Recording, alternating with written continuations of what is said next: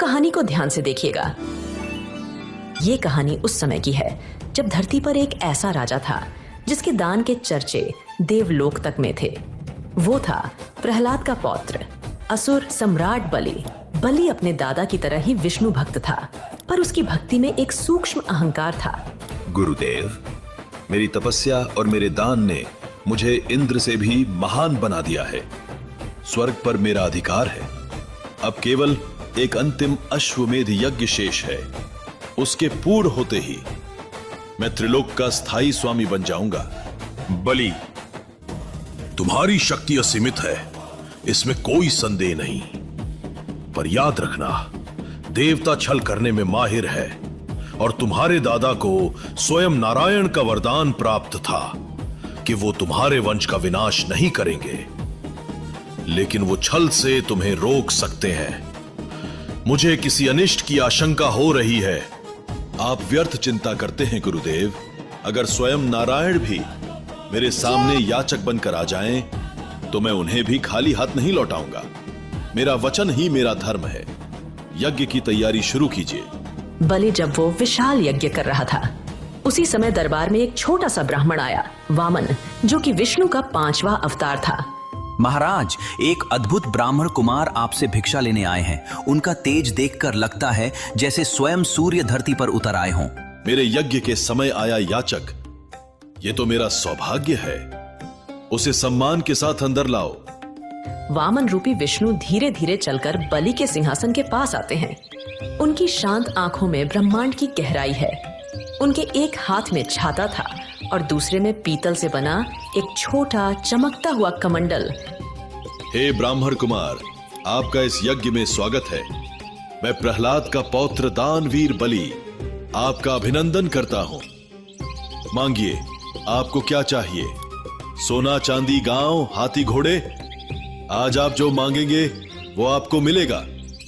राजन, मैं एक साधारण ब्राह्मण हूँ। मुझे धन दौलत का कोई लोभ नहीं। मुझे तो बस अपनी साधना के लिए 3 पग भूमि चाहिए, जिसे मैं अपने इन छोटे पैरों से नाप सकूं। 3 पग भूमि, और वो भी इन नन्हे पैरों से? हे बालक, तुम तो मेरे दान का उपहास कर रहे हो। मैं तुम्हें पूरी पृथ्वी दान कर सकता हूँ। कुछ ऐसा मांगो जो राजा बलि की शान के लायक हो। राजन, संतोष में ही सच्चा सुख है। अधिक की लालसा तो कभी समाप्त नहीं होती। मुझे केवल 3 पग भूमि ही चाहिए। अब अपने वचन से पीछे मत हटिए। बलि, रुक जाओ। मेरी बात मानो। ये कोई साधारण बालक नहीं है। ये स्वयं विष्णु है। छल करने आए हैं। ये तुम्हारा सब कुछ छीन लेंगे। इन्हें कुछ भी दान करने का संकल्प मत लो। गुरुदेव, अगर ये स्वयं भगवान विष्णु है तो ये मेरा सबसे बड़ा सौभाग्य है कि आज भगवान मुझसे मांगने आए हैं, और वचन देकर पीछे हटना ये बलि का धर्म नहीं। जब बलि के संकल्प लेने का समय आया तो शुक्राचार्य ने सोचा, अरे ये बलि तो वचन दे बैठा, अब सब खत्म हो जाएगा, रोकना होगा इसे। हाँ, मैं जल के इस पत्र में छिप जाता हूँ। अगर जल बाहर नहीं निकलेगा तो इसका संकल्प पूरा नहीं होगा। मुझे ही रोकना होगा इसे। शुक्राचार्य ने अपनी माया से सूक्ष्म रूप धरा और जल पात्र की नली में जाकर बैठ गए ताकि जल बाहर न आ सके।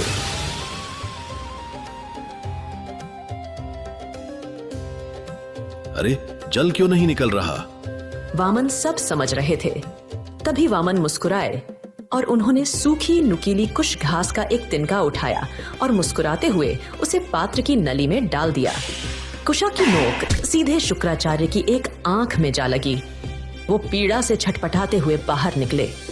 उनकी एक आंख हमेशा के लिए नष्ट हो गई थी। इसके बाद बलि ने अपना संकल्प पूरा किया और जैसे ही ये शब्द उसके मुख से निकले, इतिहास ने एक नया मोड़ लिया। उस छोटे से ब्राह्मण बालक का शरीर अब पूरे ब्रह्मांड में फैल रहा था। वो वामन नहीं, अब त्रिविक्रम थे। उन्होंने अपना पहला कदम उठाया और एक ही पग में समस्त भूलोक नप गया।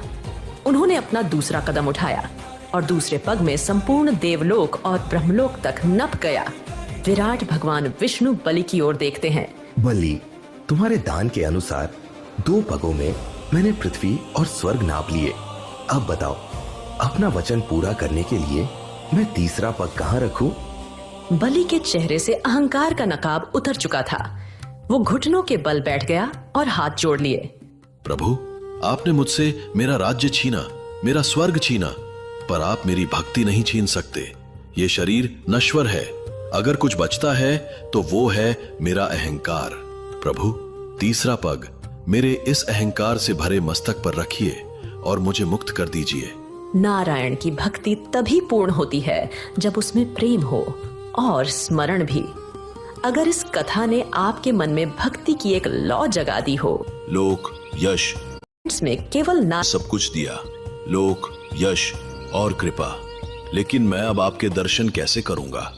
मैं चाहता हूं कि मैं हर दिन आपके दर्शन कर सकूं। कृपया मुझे इस एक आशीर्वाद से वंचित ना करें।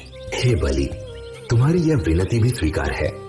मैं स्वयं सुतल लोक में निवास करूंगा, तुम्हारे द्वारपाल के रूप में, जिससे तुम रोज मेरे दर्शन कर सको। और इस तरह एक भक्त के वचन ने स्वयं भगवान को भी बांध लिया। तो क्या मेरे स्वामी को वापस लाने का कोई मार्ग ही नहीं? क्या वो हमेशा के लिए एक प्रहरी बने रहेंगे? मार्ग है माते, हर बंधन को काटने का एक सूत्र होता है, पर इसके लिए आपको उस राजा के पास जाना होगा जिसने आपके पति को बंदी बनाया है, पर एक देवी के रूप में नहीं, बल्कि एक बहन के रूप में। माता लक्ष्मी की आंखों में एक नई आशा की किरण चमक उठती है। माता लक्ष्मी ने एक साधारण स्त्री का वेश धरा और निकल पड़ी अपने स्वामी को वापस लाने। देवी, कौन है और इस तरह विलाप क्यों कर रही है? राजन, मैं बहुत अभागिन हूँ।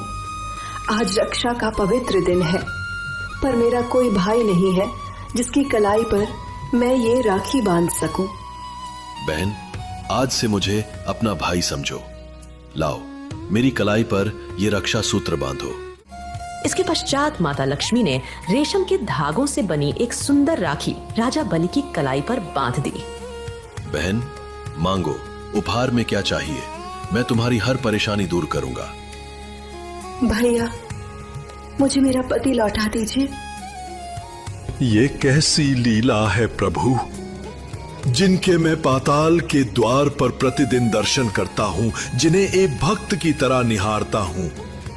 आज उन्हीं के लिए एक बहन बनकर आप मेरे समक्ष खड़ी हैं। मेरा धर्म क्या कहता है? एक भक्त का समर्पण या एक भाई का वचन? एक पल की खामोशी के बाद बलि के चेहरे पर एक शांत मुस्कान आती है और वो हाथ जोड़ लेते हैं। नहीं, राजा बलि हार सकता है, पर एक भाई नहीं। माते, आपने मुझे भाई बनाकर धन्य कर दिया। आपका पति आपका है, आप प्रभु को अपने साथ ले जा सकती हैं। राजा बलि, मुझे भाई बनाकर धन्य कर दिया। आपका पति आपका है, आप प्रभु को अपने साथ ले जा सकती हैं।